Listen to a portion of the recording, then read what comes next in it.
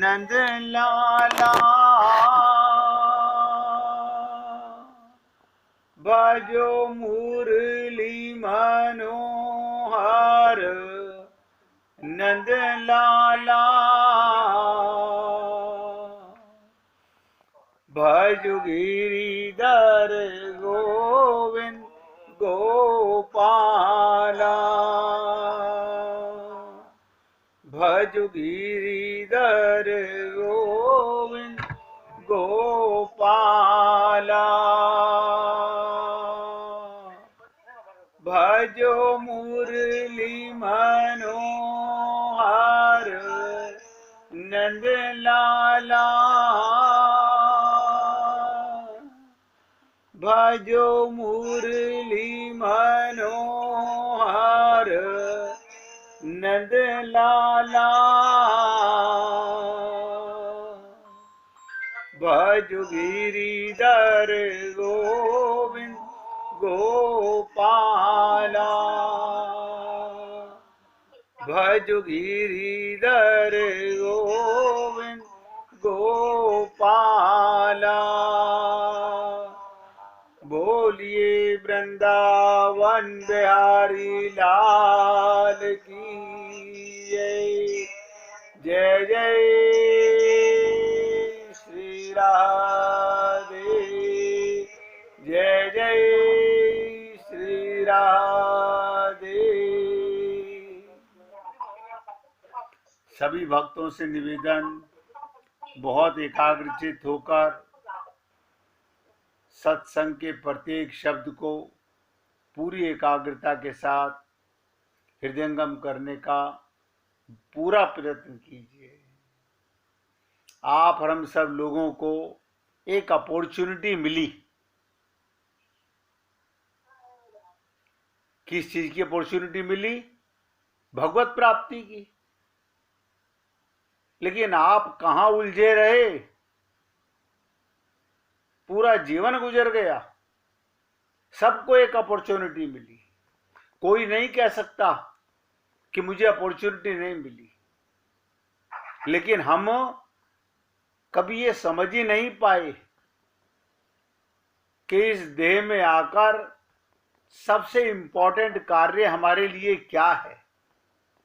भगवान ने सबको अपॉर्चुनिटी दी। निवेदन करना मेरा कार्य है। इस अपॉर्चुनिटी को आप हम अवेल करें या ना करें। भगवान रोकेंगे नहीं, भगवान मौका देते हैं। नौका में बैठने के बाद नौका से भव सागर जाना होता है। ये देह मिलता है, इस देह में भगवत प्राप्ति की जा सकती है। अब आप इस देह से बाकी सारे काम तो करें, लेकिन अपने असली मकसद को भूल जाएं। इसमें बताइए भगवान की क्या त्रुटि है?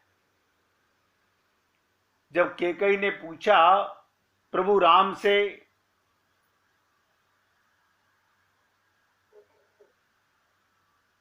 कि हे राम, आपको कैसा लगा? आपको राज्य नहीं मिला। बोले बहुत खुशी हुई, मैं तो बहुत प्रसन्न हूं। मेरा भाई जीत गया, इससे बढ़कर प्रसन्नता की बात और क्या होगी। भगवान को अपने स्वयं को इतना फैलाए हुए हैं कि सबके भीतर उनमें ही सब समाये हुए हैं। मानिए, ध्यान से सुनिएगा, मानो मनुष्य के भीतर उसका प्राण समाया हुआ है। कैकेयी ने फिर कहा, राम तुम्हें ये नहीं लग रहा भरत को राज्य और तुम्हें वनवास मिलने के इस बंटवारे में तुम्हें घाटा हुआ? भगवान राम ने कहा कि घाटा कैसा मैया? मुनिगण मिलऊं विशेषी बन सबई भाति हित मोर।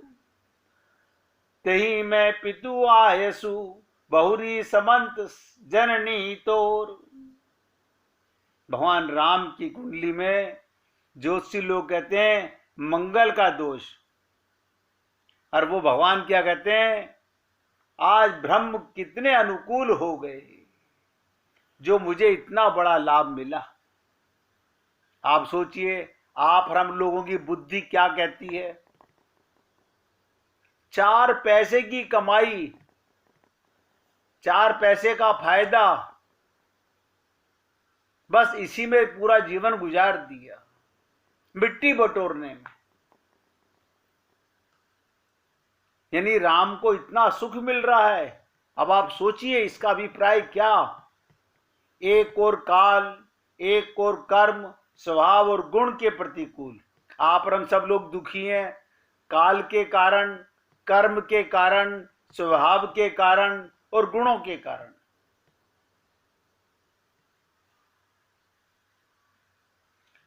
एक व्यक्ति के स्वभाव ने मलिनता की सृष्टि की, और वहीं भगवान राम का स्वभाव प्रतिकूल में भी आनंद की सृष्टि कर रहा है।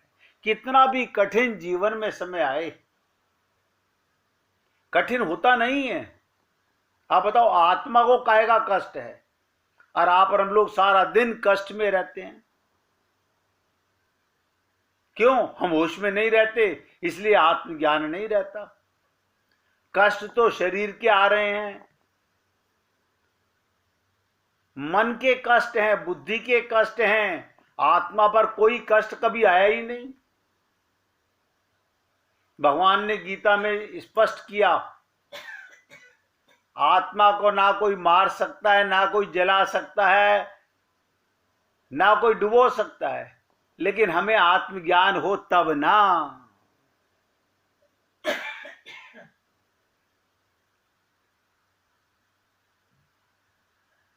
इसलिए हे पुण्य आत्माओं,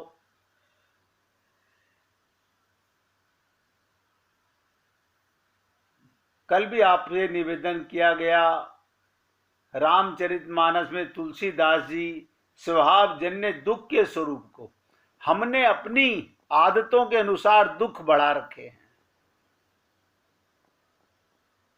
जिससे व्यक्ति निरर्थक ही दुखी हो रहा है, बेकार, और दूसरों को भी दुख देता है। समस्या के रूप में मंत्रा से, मंत्रा ही मन है, और इसका समाधान भगवान राम ने अपने चरित्र के माध्यम से प्रस्तुत किया। क्या किया? भगवान का स्वभाव कैसा और हमारा स्वभाव कैसा।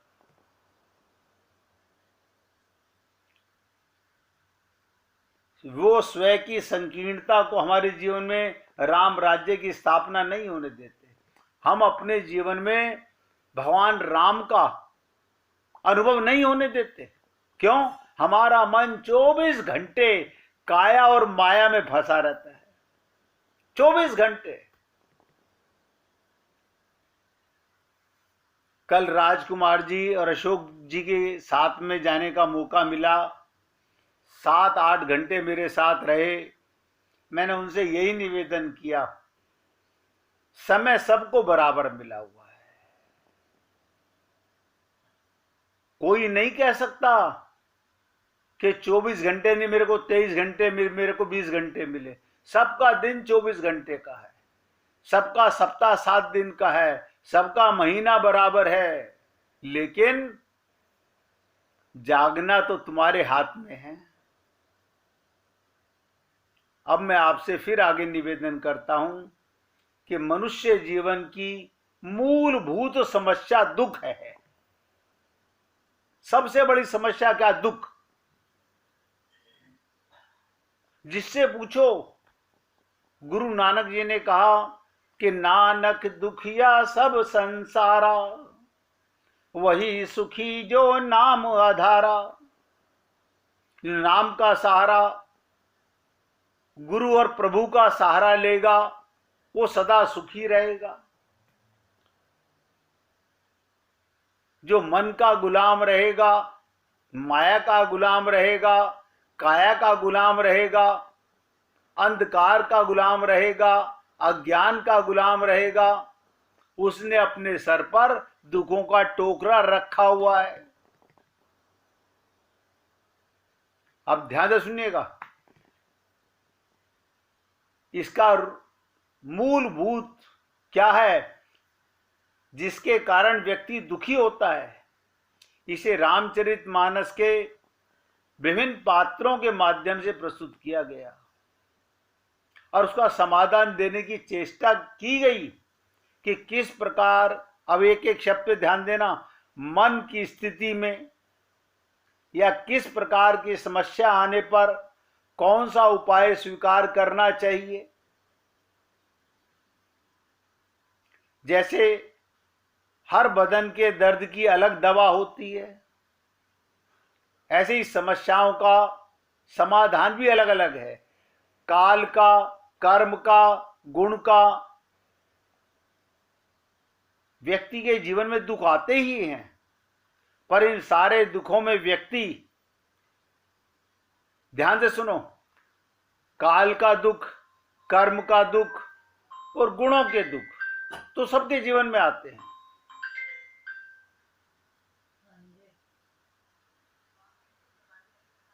सबसे बड़ी चीज,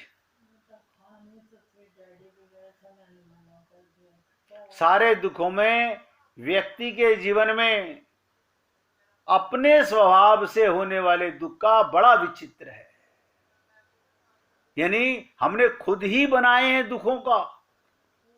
हमने क्या कमाई की? दुखों की कमाई कर रहे हैं। आप बताइए, कोई कहता है मैंने मकान बनाया,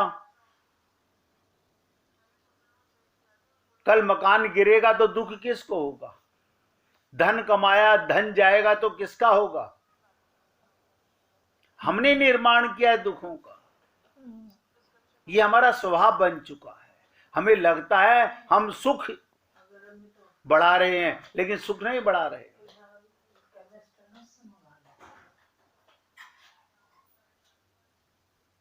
आप लोगों को लगेगा बड़ा अटपटा, लेकिन मान के चलिएगा कोई आपको दुख नहीं देके गया। बस एक बार जैसे ही आप, भले ही जबरदस्ती, ध्यान से सुनो, जैसे ही आप जबरदस्ती अपने कंठ से कस के ये शब्द निकाल दें, चलो करो जो तुम्हें ठीक लगता है मेरे लिए, मैं सब होने दूंगा, रोकूंगा नहीं, जिसमें कि हो सकता है आपको ही लग रहा हो न जाने क्या हो जाएगा,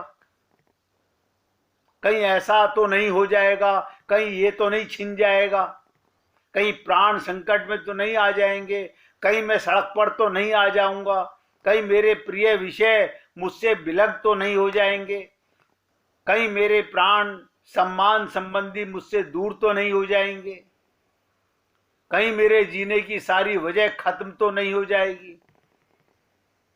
तब ही और सिर्फ तब ही कुछ ऐसा होना शुरू होगा जो धीरे धीरे ये प्रतीति पक्की करता चला जाएगा। अब जो हो रहा है, शायद जो कुछ भी आगे होगा वो मेरी सोच की सीमा में ही नहीं था। अब आपको नहीं पता भगवान आपके लिए क्या चाहते हैं। आपके सोचने की सीमा कम, भगवान के करने की सीमा असीम है। और अब जब क्या होगा उसकी कल्पना ही नहीं, इसलिए भय लगता है, क्योंकि उसकी कोई कल्पना मस्तिष्क में है ही नहीं।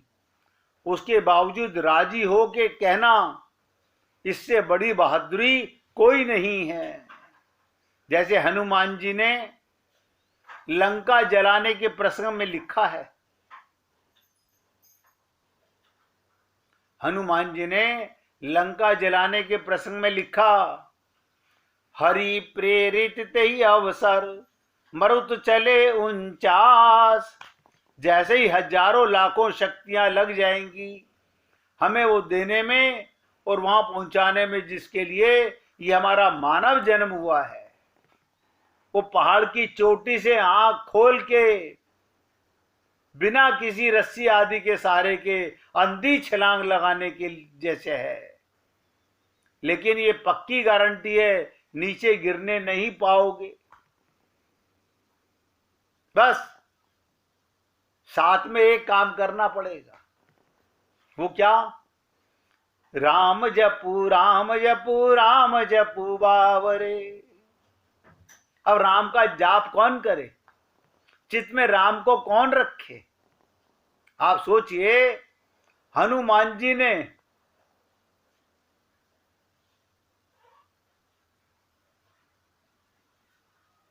जब उस पर्वत से छलांग लगाई होगी तो क्या किया होगा? भगवान राम को हृदय में मुख में धारण किया, उनकी शरणागति में छोड़ दिया। आप और हम लोग अपनी बुद्धि लगाते रहते हैं, कभी शरणागत नहीं हो सकते, कभी नहीं हो सकते। जब तक इस कुबुद्धि का इस्तेमाल करते रहोगे, इसी का तो शरणागति करनी है और उसी को लगा के हम सोचते हैं हम सबका एक ही पाप। शरणागति के लिए आंख बंद करके छलांग लगानी होती है। ना हम गुरु की शरण आंख लगा बंद करके जाते, ना भगवान की शरण जाना चाहते।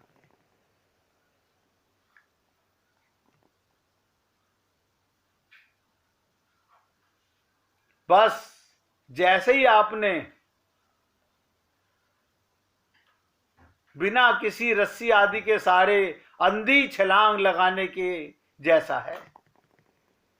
पक्की गारंटी के नीचे गिरने नहीं पाओगे। भगवान कहते ना, अहम त्वाम सर्व पापेभ्यो मोक्षयिष्यामि मा शुचे। जो मेरी शरणागति में आएगा मैं उसका ठेका लूंगा। अब शरणागति के लिए हम पहले कंडीशन रखते हैं, प्रभु जी कहीं मैं मर तो नहीं जाऊंगा, प्रभु जी कहीं मेरा परिवार तो मुझसे नहीं छिन जाएगा। हम लोग यही सब बातें सोचते रहते हैं, इसलिए आज तक शरणागति को समझ ही नहीं सके। करना तो बहुत दूर की बात है। हमने अपने नेचर से, स्वभाव से जितने दुख इजाद किए हैं, हमें देके कोई नहीं गया। आपको ताज्जुब होगा कैसा स्वभाव बन गया हमारा। अब आपसे कोई पूछे आपका नेचर क्या दुख बढ़ाने का है, कहेंगे नहीं नहीं, कोई पागल है, कोई अपने लिए दुख चाहता है। लेकिन मैं कह रहा हूं, हमें जितने दुख मिले हैं वो स्वभाव के कारण मिले हैं।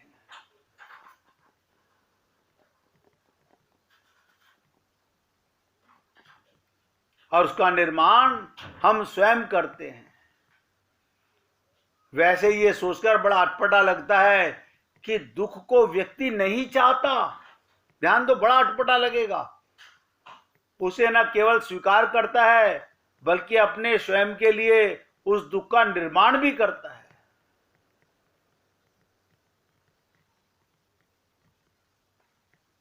अयोध्या कांड में इस प्रक्रिया को राम राज्य में बाधा उत्पन्न करने के कारण बड़े सांकेतिक रूप में प्रस्तुत किया गया।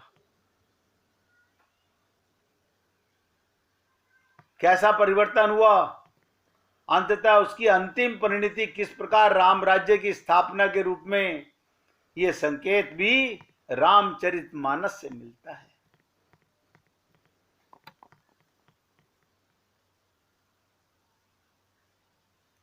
देखिएगा, हमारे मन में बार बार आता है हम गुरु की शरण में चले जाएं, हम भगवान की शरण में चले जाएं।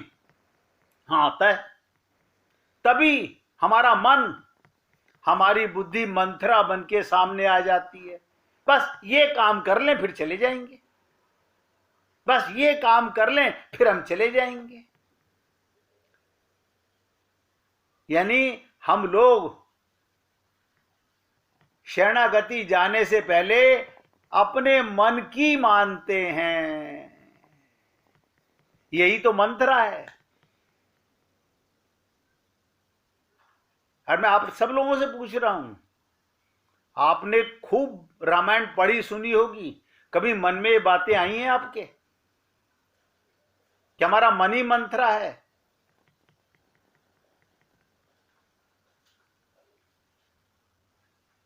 आप बताइए, महाराज दशरथ के मन में भगवान राम को राज्य देने का संकल्प आ गया, हमारे मन में भी आता है भगवान को शरणागत होने का, गुरु को शरणागति होने का, भगवान को अपने हृदय के सिंहासन पर बैठाने का।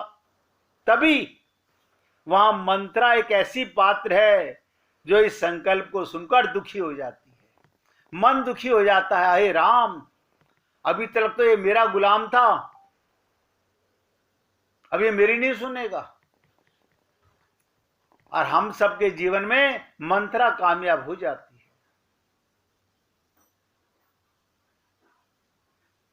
पति मंत्रा का क्या छिन रहा था?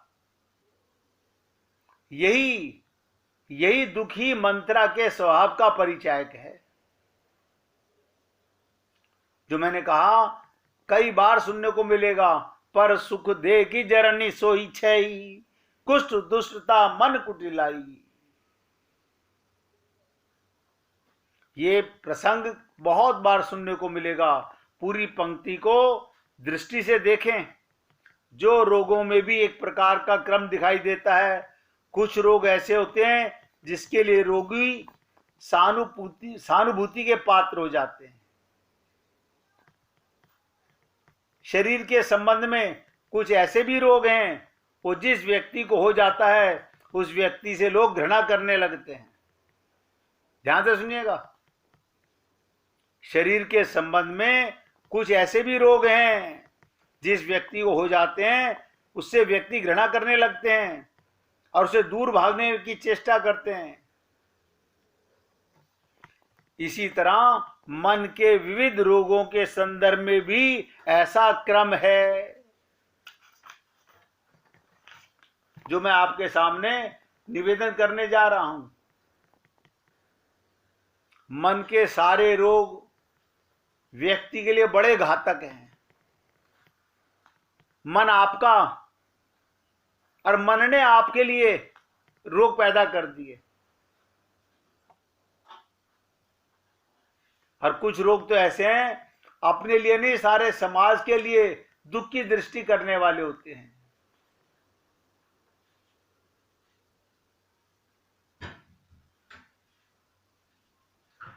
इसी को राज्य क्षमा, जो लोगों के मन में उसके प्रति दया और वृत्ति उत्पन्न होती है, साथ ही साथ सजग व्यक्ति ये सोचता है ये छूत का रोग है।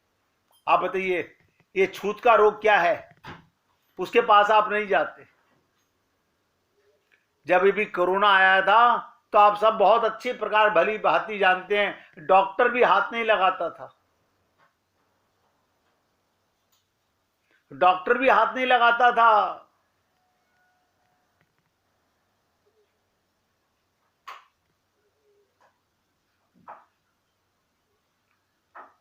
कि कहीं हमें ना लग जाए। लेकिन अगर किसी को कुष्ठ हो जाए तो लोग उसे देखकर दूर से भागने की चेष्टा करते हैं। कोढ़ व्यक्ति के मन में बड़ी घृणा उत्पन्न करने वाला है। इतिहास में ऐसा हुआ, आज भी होता है। कोई विशेष संत, ऐसे भी संत हैं जो कोढ़ी से भी प्रेम करते हैं, पर साधारण व्यक्ति स्वभाव से ही कोढ़ी से दूर होने की चेष्टा करता है।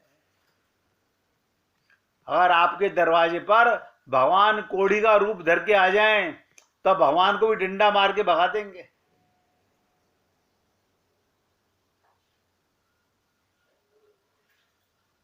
और हम बहुत बुद्धिमान हैं। विचित्रता इस चीज की देखिए। इसलिए आपसे निवेदन करना चाहता हूं, सजग होकर के रहिए।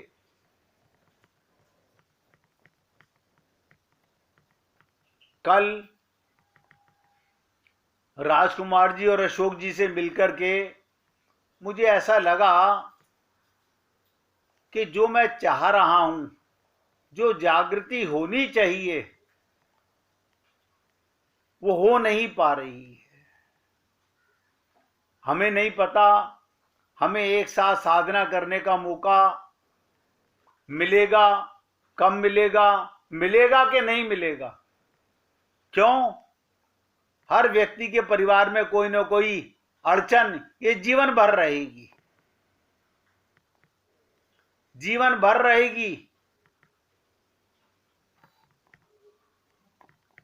हम उन्हें अपनी ताकत से छोड़ नहीं सकते।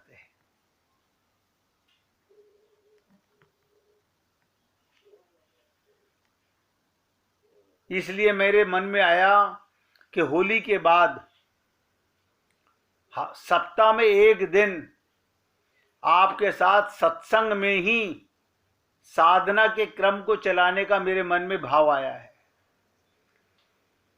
कि आपको सप्ताह में एक दिन साधना का श्री गणेश करके एक एक चीज बताएंगे। एक सप्ताह तक जो साधना को जीवन में उतारेगा, देखो जिसे लाभ लेना है, जिसे शरीर का रोग मिटाना है, वो दवा का सेवन करेगा। ऐसे ही खाली सुनने से साधना नहीं होगी, करने से होगी। अगर कोई चाहेगा कि हाँ मुझे करना है तो कर जाएगा। मेरा तो प्रयत्न है कि सबका लाभ हो, किसी प्रकार भी हो। तो होली के बाद प्रयत्न करेंगे आपके साथ सप्ताह में एक दिन साधना का क्रम रखेंगे। कोई डेट डिसाइड कर लेंगे सोमवार से लेके शनिवार तक, संडे तक, कि इस दिन साधना रखेंगे। अब 1 मिनट भगवान का कीर्तन करके आगे बढ़ेंगे। हरि ओम नमो नमः।